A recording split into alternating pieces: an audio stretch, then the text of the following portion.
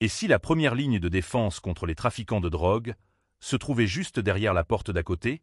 Non, ce n'est pas le scénario d'un film policier, mais bien une idée débattue au plus haut niveau de l'État algérien. Dans les couloirs feutrés de l'Assemblée populaire nationale, un projet de loi fait grand bruit. Il promet des récompenses, sonnantes et trébuchantes, à ceux qui dénoncent des trafiquants de drogue. Mais attention, pas question de transformer le pays en terrain de chasse aux sorcières. Ici, la dénonciation doit être sérieuse, étayée, et surtout utile aux enquêtes. En clair, pas de place pour les ragots de quartier ou les vengeances personnelles. Ce que l'État veut, ce sont des informations précises, solides, qui permettent d'agir. Tout repose sur un nouvel article de loi, le 35 bis 1, qui institue un système d'incitation financière, ou autre, destiné à encourager la population à briser le silence. Mais l'Algérie ne se lance pas à l'aveugle. Les primes ne seront versées qu'une fois les faits avérés, les enquêtes conclues, les réseaux démantelés.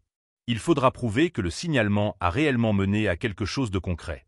Et pendant que le débat enfle sur les bancs des députés, une autre idée prend racine, celle d'une approche plus humaine de la lutte antidrogue. Créer, dans chaque wilaya, des centres de désintoxication. Soigner plutôt que punir, accompagner plutôt que stigmatiser. Une volonté claire d'élargir le spectre de la lutte, de prendre en charge les dépendants dès les premiers signes et de proposer une sortie à ceux qui sombrent. Les institutions de sécurité, elles, accueillent favorablement ces propositions.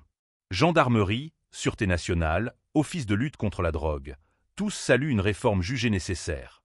Et tous insistent sur un point, la sensibilisation. Les mosquées, les écoles, les associations doivent être mises à contribution. Il ne suffit pas de sévir, il faut aussi prévenir, éduquer, créer une culture de vigilance collective. Mais la lutte s'organise aussi ailleurs, sur les routes. Les conducteurs de bus, de camions, et même certains employés publics pourraient bientôt devoir se soumettre à des tests de dépistage réguliers.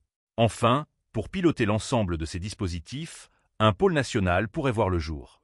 Objectif: centraliser les efforts, harmoniser les actions, et surtout produire des bilans.